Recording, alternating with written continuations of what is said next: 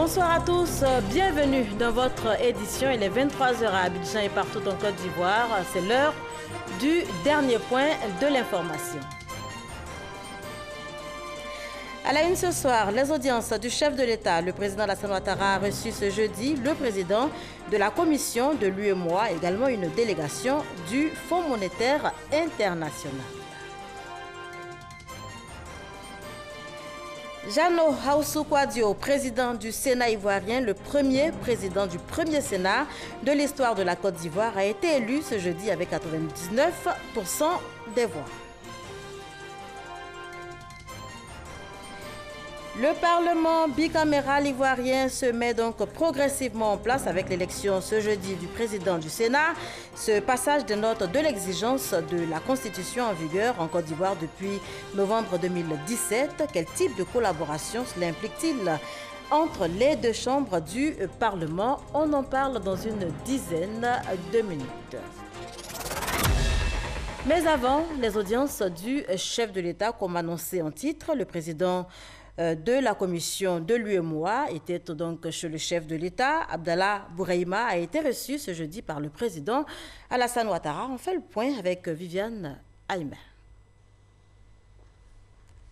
C'est exactement le 10 avril 2017, lors du sommet extraordinaire de l'UEMOA organisé ici à Abidjan, que l'actuel président de la Commission de l'Union économique et monétaire ouest-africaine, l'ancien ministre nigérien de l'économie et des finances, Abdallah Bouraïma, a été élu.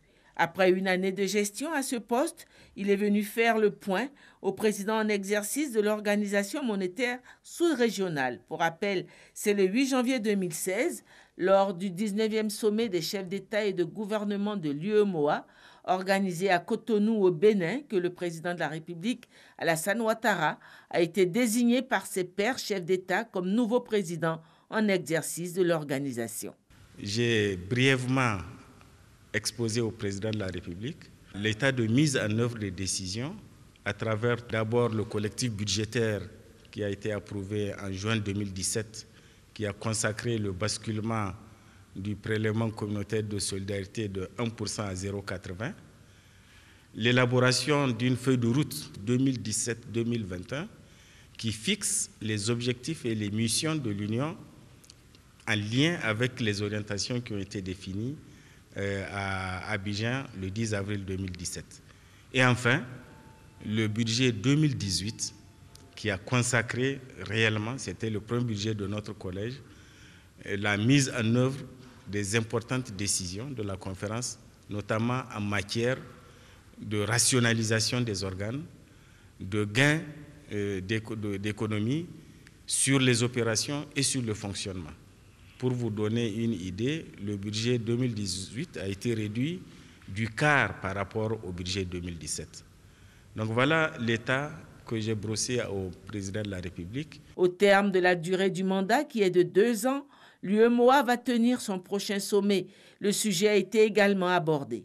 Et en ce qui concerne le prochain sommet, j'ai pris acte des orientations qu'il a données pour pouvoir préparer les dossiers qui seront examinés au cours de leur sommet, dont la date sera précisée ultérieurement. Ce prochain sommet verra le passage de témoins entre l'actuel président en exercice et son successeur. De son passage à la présidence de l'UEMOA, le président de la commission le souligne, le chef de l'État ivoirien aura réussi à amener l'organisation à réduire son train de vie et réaliser des économies. Et au titre des audiences du chef de l'État, celle accordée également par le président Alassane Ouattara à la délégation du FMI, délégation venue porter à la connaissance du chef de l'État les conclusions de la 3e revue du programme économique et financier de la Côte d'Ivoire, programme soutenu par le Fonds monétaire international. On fait le point avec Viviane Aïma. Après un séjour de 2 semaines à Abidjan, du 22 mars au 5 avril, pour observer tous les indicateurs de l'économie ivoirienne, et ce, dans le cadre de la 3e revue du programme économique et financier de la Côte d'Ivoire, soutenu par le FMI, la délégation du Fonds monétaire international est venue présenter ce jeudi ses conclusions au président de la République. En ce qui concerne la performance économique, la croissance du PIB est estimée à 7,8% en 2017. tiré par l'ensemble des secteurs de l'économie. L'inflation est restée faible, à moins d'1%, bien en dessous de la norme de 3% de l'UMOA. Des bonnes performances ont été enregistrées en 2017 par la Côte d'Ivoire dans le cadre de la mise en œuvre du programme, appuyé par le FMI. Alors, tous les critères de performance quantitatifs, y compris le déficit budgétaire, pour fin 2017, ont été atteints. Le déficit du solde budgétaire devrait se situer à 3,75% du PIB cette année-ci, avec une convergence envers 3% du PIB l'année prochaine, qui est conforme avec la norme budgétaire régionale de l'UMOA. Les perspectives pour la croissance en 2018 et le moyen terme restent solides pour une croissance soutenable et inclusive. L'équipe et les autorités soulignent la nécessité d'accélérer les réformes structurelles pour maintenir une croissance forte, soutenue et inclusive. Conclusion encourageante, la Côte d'Ivoire toujours bonne élève et encore dans les limites autorisées pour bénéficier de l'appui du FMI. De l'actualité également ce soir, la visite de travail et d'amitié du président libérien en Côte d'Ivoire. George Weah a profité de sa présence en terre ivoirienne pour s'imprégner du modèle ivoirien en matière d'énergie. Le président libérien a visité les installations de la Cibrel, la compagnie ivoirienne de production d'électricité. Mahama Traoré à Ouattoué. Dans le bruit assourdissant des turbines de la centrale électrique de la Ciprel, compagnie ivoirienne de production d'électricité, George Weah et sa délégation tentent de comprendre. Comprendre non seulement comment fonctionnent ces installations, mais également comment la Côte d'Ivoire est parvenue à l'autosuffisance énergétique avec le soutien du secteur privé. Mieux, le pays fournit aujourd'hui de l'électricité à ses voisins dans le Libéria. À ce jour, 3 grands projets prioritaires d'énergie électrique lient la Côte d'Ivoire et le Libéria. Il s'agit de l'électrification transfrontalière de 18 localités du Libéria à partir de la Côte d'Ivoire, et ce, depuis 2013. Nous avons également un grand projet qui est l'aménagement hydroélectrique de Tiboto, qui devrait permettre à nos deux pays de bénéficier aux alentours de 220 MW et le réseau électrique associé à ce projet. Nous avons également l'interconnexion électrique Côte d'Ivoire, Libéria, Sierra Leone, Guinée. À compter de la mise en service de la ligne en 2019, la Côte d'Ivoire s'est engagée à fournir 83 MW qui seront répartis à part égale entre les 3 autres États. Le défi énergétique fait également partie des grands chantiers du nouveau président libérien. George Weah veut alors s'inspirer du modèle ivoirien, d'où son appel à l'intensification de la coopération énergétique entre les deux pays dans un avenir proche. On ne pouvait pas avoir même 88 mégawatts. Il y a beaucoup de pays qui de Côte d'Ivoire pour l'électricité parce que c'est très important. Et nous, on veut profiter de notre relation. Tout ça, c'est un pays direct, c'est une frontière, c'est une culture. Il faut travailler ensemble. Ensemble, on peut faire beaucoup de choses plus que tout seul. C'est pourquoi on est là et on va tout faire pour continuer notre relation qui est déjà là. Mais on va faire très fort encore des relations de Côte d'Ivoire et Libéria. Et c'est même prochain notre équipe va venir pour discuter comment on va aider nos deux pays. En 2017, la Côte d'Ivoire a fourni 19 gigawatts d'énergie au Libéria. Jano Aoussou Okwadio, président du Sénat ivoirien. Le premier président du premier Sénat de l'histoire de la Côte d'Ivoire a été élu ce jeudi avec 99% des voix.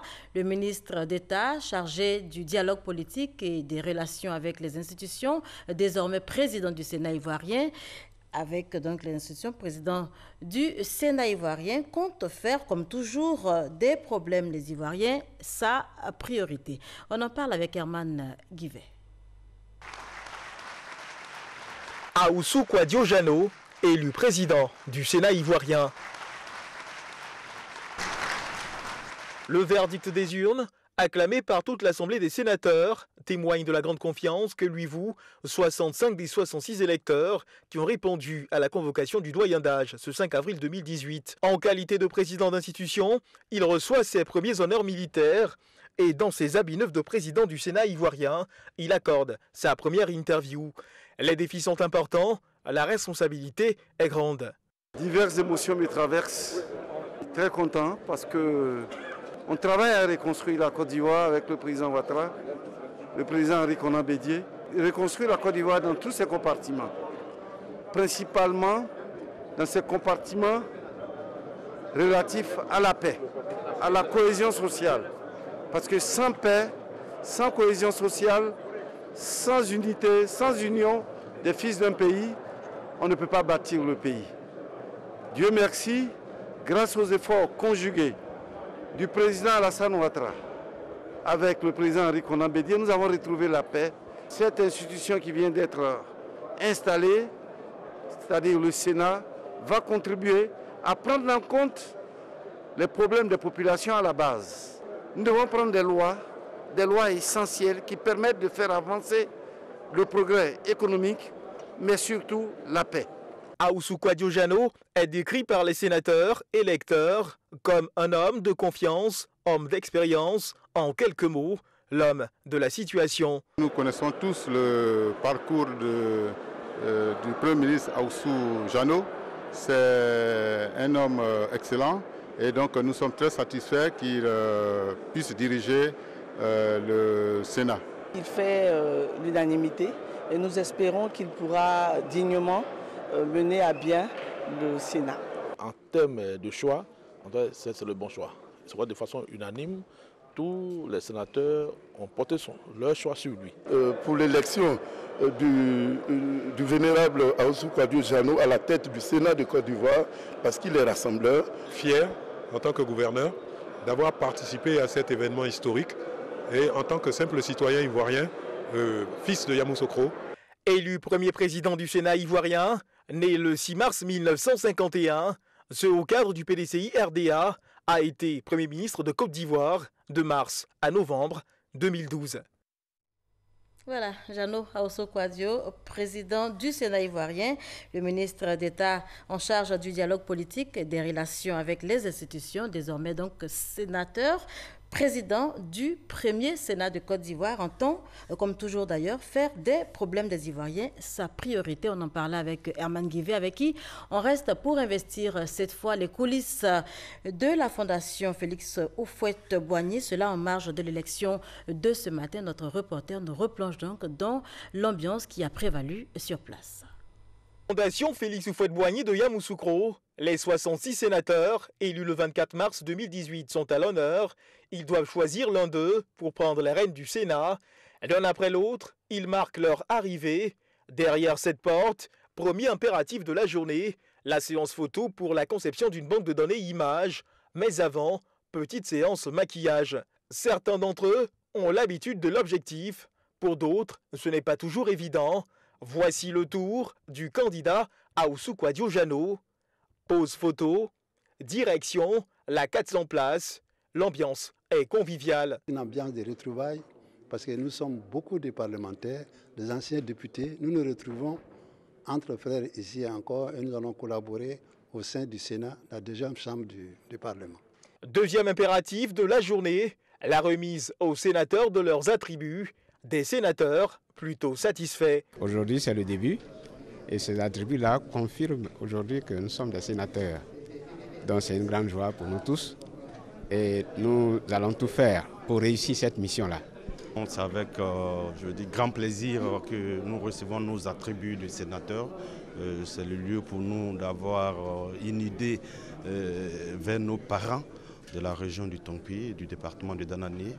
Un sentiment de joie et de fierté. Séance photo et remise d'attributs terminée. On peut tranquillement se préparer pour l'élection du futur président du Sénat ivoirien. Le Parlement bicaméral ivoirien se met donc progressivement en place avec l'élection ce jeudi du président du Sénat, exigence de la Constitution en vigueur en Côte d'Ivoire depuis novembre 2017.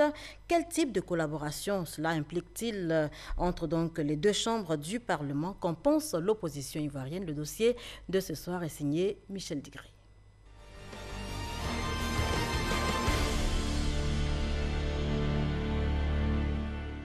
Mardi 3 avril, ouverture de la session ordinaire 2018 du Parlement. Pour la première fois depuis 1960, la Côte d'Ivoire expérimentera une pratique parlementaire bicamérale. Élection du président du Sénat ce jeudi. Notre jeune institution est déjà prête à assumer sa mission au service du renforcement de la démocratie dans notre pays. La nouvelle configuration du Parlement ivoirien enfin matérialisée. Mais d'autres étapes restent à franchir pour l'effectivité du fonctionnement de cette seconde chambre. Donc, avec l'élection du président du Sénat, il va avoir la mise en place des groupes parlementaires, des groupes politiques, donc, lesquels groupes politiques vont proposer certains de leurs membres pour appartenir à l'organe de direction de ce Sénat-là, qui est le bureau. Et donc, une fois que le bureau définitif aura été constitué, les commissions parlementaires vont se mettre en place et après tout cela, le Sénat va pouvoir être saisi. Le Parlement bicaméral nécessitera une collaboration entre les deux chambres pour l'adoption des lois. La collaboration doit être étroite, doit être technique, doit être professionnelle, doit être politique. La collaboration doit se faire dans les règles de l'art. Les députés sont des gentlemen, les sénateurs, c'est des seniors. Mais ils ont le même travail à faire, chacun à son niveau. Et donc, je ne pense pas qu'on puisse craindre quoi que ce soit. Mais s'il advient que dans le traitement des dossiers qui leur sont confiés, des points de vue divergent, on pourrait éventuellement mettre en place un système qui permette aux deux chambres de se retrouver et de parler le même langage in fine. Il y a, pour ce faire, une commission paritaire qui pourrait se mettre en place. Et au-delà même, l'exécutif peut provoquer un congrès qui puisse permettre aux deux chambres de se mettre ensemble dans leur totalité et traiter des questions d'intérêt national. Députés et sénateurs se réjouissent de ce changement tel que prévu par la nouvelle constitution en vigueur depuis novembre 2017. La collaboration entre l'Assemblée et le Sénat, c'est une collaboration institutionnelle qui permettra désormais d'élargir les perspectives d'une véritable prise de décision au niveau des lois. Les députés vont lire en première lecture les textes de loi et les sénateurs en deuxième lecture. En plus, il ne faut pas oublier que les sénateurs étant donc les représentants des collectivités territoriales, ils regarderont donc avec beaucoup de privilèges et beaucoup de prestance les lois qui concernent donc le périmètre des collectivités territoriales. Pour l'opposition, l'heure est toujours à la contestation de la création de la seconde chambre du Parlement. La Constitution, à travers l'article 90, dit que le Sénat doit être mis en place à travers une loi organique. Nous n'avons pas encore de loi organique. Le Parlement n'a pas du tout été saisi d'une loi organique. Tout ce qui relève du Parlement n'est pas du domaine de l'exécutif. Et si le chef de l'État veut agir dans le domaine réservé au Parlement, il faut d'abord qu'il demande l'autorisation du Parlement. Et cela à travers une loi d'habilitation. Le Parlement n'a pas été saisi. Pour les députés de la coalition au pouvoir, le débat sur l'ordonnance prise par le chef de l'État est révolu. Il y a des voies légales pour se plaindre. Quand on n'est pas d'accord sur une ordonnance, la voie légale, c'est de servir le Conseil constitutionnel ou la Chambre administrative pour détruire ou alors venir en contradiction de cette ordonnance ou de la loi qui est prise. S'il ne l'a pas fait, donc je pense qu'il qu'il parle, c'est tout. L'ordonnance du président s'est appuyée sur donc, la loi 2017-870 du 27 décembre 2017 qui a été votée par les députés et qui donnait donc en son article 12 au président de la République la possibilité de prendre par ordonnance un certain nombre de décisions qui devaient régir donc, la vie du pays dans plusieurs matières. Quand on veut s'attaquer à une loi fondamentale qui crée une institution qui a son fondement de la constitution de notre pays, on le fait avant que l'institution ne soit mise en place. Si on ne l'a pas fait, que l'institution se met en place, il faut permettre à la Côte d'Ivoire d'avancer. En définitive, les griefs de l'opposition n'empêcheront pas la rentrée solennelle du Sénat prévue ce 12 avril à Yamoussoukro. La séance est levée. Un dossier signé Michel Digré. Dans l'actualité également, le Premier ministre malien à Abidjan, Souleymane Boubeye Maïga, a eu une séance de travail avec son homologue ivoirien Amadou Gon Coulibaly, cela en présence de plusieurs membres du gouvernement. Notez que la rencontre a été placée sous le sceau du renforcement de la coopération entre la Côte d'Ivoire et le Mali. Les temps forts avec Sidonie Davila. La harmonisation des politiques de défense et de sécurité de deux pays face à la menace terroriste. Assurer la mise en œuvre effective de tous les accords signés entre les deux parties et accélérer la réalisation des principaux chantiers retenus. Encourager les hommes d'affaires des deux pays à accroître et diversifier leurs activités de part et d'autre. Ce sont là les nouveaux défis auxquels font face la Côte d'Ivoire et le Mali. Deux pays voisins dont l'excellence des rapports n'est plus à démontrer. La visite de travail et d'amitié du Premier ministre malien est d'ailleurs une preuve supplémentaire des bons rapports que la Côte d'Ivoire partage avec le Mali, relève Amadou Gon Coulibaly, le Premier ministre ivoirien. Cette coopération s'avère essentielle pour la stabilité de notre sous-région, confrontée à des défis multiformes, notamment en matière de sécurité, avec les questions récurrentes du terrorisme et de l'immigration clandestine. Je voudrais à cet égard exprimer tout le soutien et la solidarité du gouvernement ivoirien au gouvernement malien dans sa lutte contre le terrorisme et dans ses efforts pour le retour définitif et durable de la paix au Mali. Soumelou Boubeye Maïga, le Premier ministre et chef de gouvernement malien, porte également un intérêt particulier à cette coopération dont le défi majeur reste la sécurité. Les attentats que nous connaissons au Mali, que vous avez connus un moment ici, ont prouvé que la sécurité de nos deux pays est indivisible, comme la sécurité aussi de l'ensemble de la région. C'est pourquoi nous inscrivons aussi notre démarche dans une volonté de construire ensemble un espace commun de sécurité et de stabilité, mais un espace commun de promotion humaine et de développement. Pour débattre des points clés de leur coopération, les échanges se sont poursuivis au cours d'une séance de travail. Les parties ivoiriennes et maliennes ont décidé de mutualiser leurs efforts pour une convergence de vues pour atteindre les objectifs communs. Séance de travail également entre le ministre de l'Intérieur et de la Sécurité et le corps préfectoral. Sidiki Diakité a invité les préfets de région et de départements à poursuivre leurs efforts de cohésion sociale et de paix dans leurs différentes régions. Abou Sanogo pour en parler. Rencontre entre le ministre de l'Intérieur et de la Sécurité Sidiki Diakité et les préfets de région, des départements et les secrétaires généraux de préfecture. Leurs échanges ont essentiellement tourné sur des questions d'intérêt commun, notamment sur la situation sécuritaire dans leurs zones respectives et également sur les préoccupations de leurs administrés. Le ministre de l'Intérieur et de la Sécurité a donc salué toutes les actions des membres du corps préfectoral et leur a demandé de poursuivre leurs efforts de consolidation de la paix et de renforcement de la cohésion sociale. Cela va permettre de donner un nouvel élan à l'encadrement justement de nos populations par la sensibilisation, par des informations et par également l'éducation, n'est-ce pas, à l'endroit de certaines franges de population. Sidiki Diakité a également rappelé n'avoir reçu aucun courrier du corps préfectoral faisant mention de grève. Nous l'avons tous vu sur des réseaux sociaux.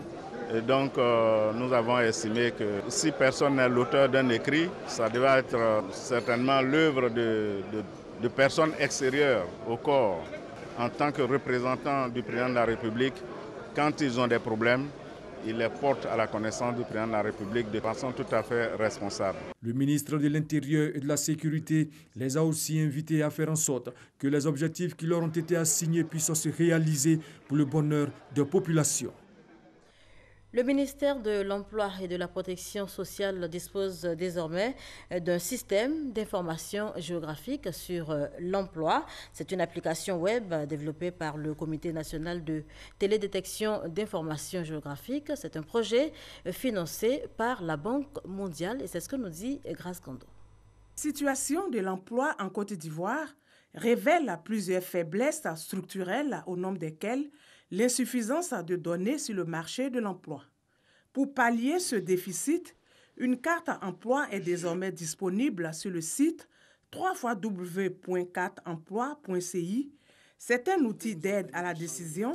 Il permet d'élaborer une cartographie nationale des initiatives en faveur de l'emploi. La mise en place de ce nouvel instrument permettra de produire et de diffuser en temps réel des données régulières et fiables, non seulement pour concevoir et mettre en œuvre une politique d'emploi, de qualification et de formation professionnelle efficace, mais également pour faciliter l'élaboration de stratégies locales intégrées de l'emploi. Dénommé SIGCART, l'outil a été conçu par le Comité national de télédétection et d'information géographique, CNTG. Elle prend en compte 4 aspects: gouvernance de l'emploi, suivi des projets, marché du travail et administration. La croissance de la Côte d'Ivoire est très bonne, mais aussi il faut le faire répliquer au niveau de l'emploi. Donc le fait de mettre un portail de ce type-là qui fédère toutes les informations émanant des offres d'emploi et puis les demandeurs d'emploi et les acteurs d'emploi aussi, on est capable aujourd'hui, à partir de, si les données sont si fiables, de pouvoir donner une solution pragmatique à l'emploi en Côte d'Ivoire. La carte emploi a été financée à hauteur de 192 millions de francs CFA par la Banque mondiale à travers le Bureau de coordination des programmes emploi. Nos attentes, c'est que le ministère puisse régulièrement produire eux-mêmes les analyses et les statistiques, aussi prendre les décisions sur l'orientation de l'emploi, l'orientation des formations et d'éducation et d'enseignement à travers cet outil. Le projet s'inscrit dans la vision du gouvernement ivoirien qui est d'augmenter l'offre d'emploi et de promouvoir l'emploi de qualité d'ici à 2020. Jean-Claude Kwasi célèbre les pionniers du développement à Tanou Sakassou. C'est un village situé dans la commune de Boaké. À leur actif, plusieurs infrastructures et également des actions de développement. Le ministre de l'Emploi et de la Protection sociale entend donc encourager la jeune génération à s'inscrire dans cette dynamique. Soro Koroda. Construction d'une école primaire, électrification, adduction d'eau potable, lotissement du village de Tanou Sakassou. Des réalisations à l'actif des filles et fils du village. Des réalisations qui ont permis à Tanou Sakassou d'être un village moderne. La mutuelle du village a décidé de célébrer les pionniers du développement en guise de leur dévouement à la cause de l'évolution du village. Ils ont reçu des attestations et des trophées. Les récipiendaires saluent cette marque de reconnaissance. C'est une fierté, c'est une joie. Et je les félicite, je leur dis merci. Ils savent ce que nous avons fait dans ce village. Donc, ils ont été reconnaissants et ils nous ont honorés. Et nous n'allons pas baisser les bras. C'est un stimulant pour nous, pour redoubler d'efforts, que nous allions de l'avant dans le cadre du développement de ce village. Parrain de cette journée d'hommage aux pionniers du développement de Tanou Sakassou, le ministre Jean-Claude Kwasi. Le ministre de l'Emploi et de la Protection sociale a salué l'initiative de la mutuelle. Quand on est engagé pour la réussite de son village, pour la croissance de son village, on n'a pas besoin d'attendre une récompense. Mais quand la récompense vient, ça vaut encore mieux.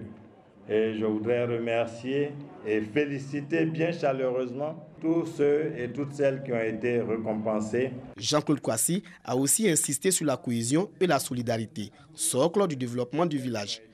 Il a invité les jeunes et les femmes à se constituer en coopérative afin de bénéficier de l'aide de l'État et de ses partenaires. En international, on démarre en image avec la Sierra Leone où l'opposition conteste la victoire de Julius Maada Bio. Et puis la Cour suprême favorable à l'incarcération de l'ex-président Lula, l'ex-président brésilien favori de la présidentielle d'octobre prochain, pourrait se retrouver derrière les barreaux après donc la décision de la plus haute juridiction du pays ce jeudi 5 avril. Celle-ci a rejeté la demande de l'icône de la gauche qui a été condamnée en seconde instance à 12 ans de prison pour corruption. Voilà qui met un terme à ce journal. Merci de l'avoir suivi. On se retrouve demain, même heure.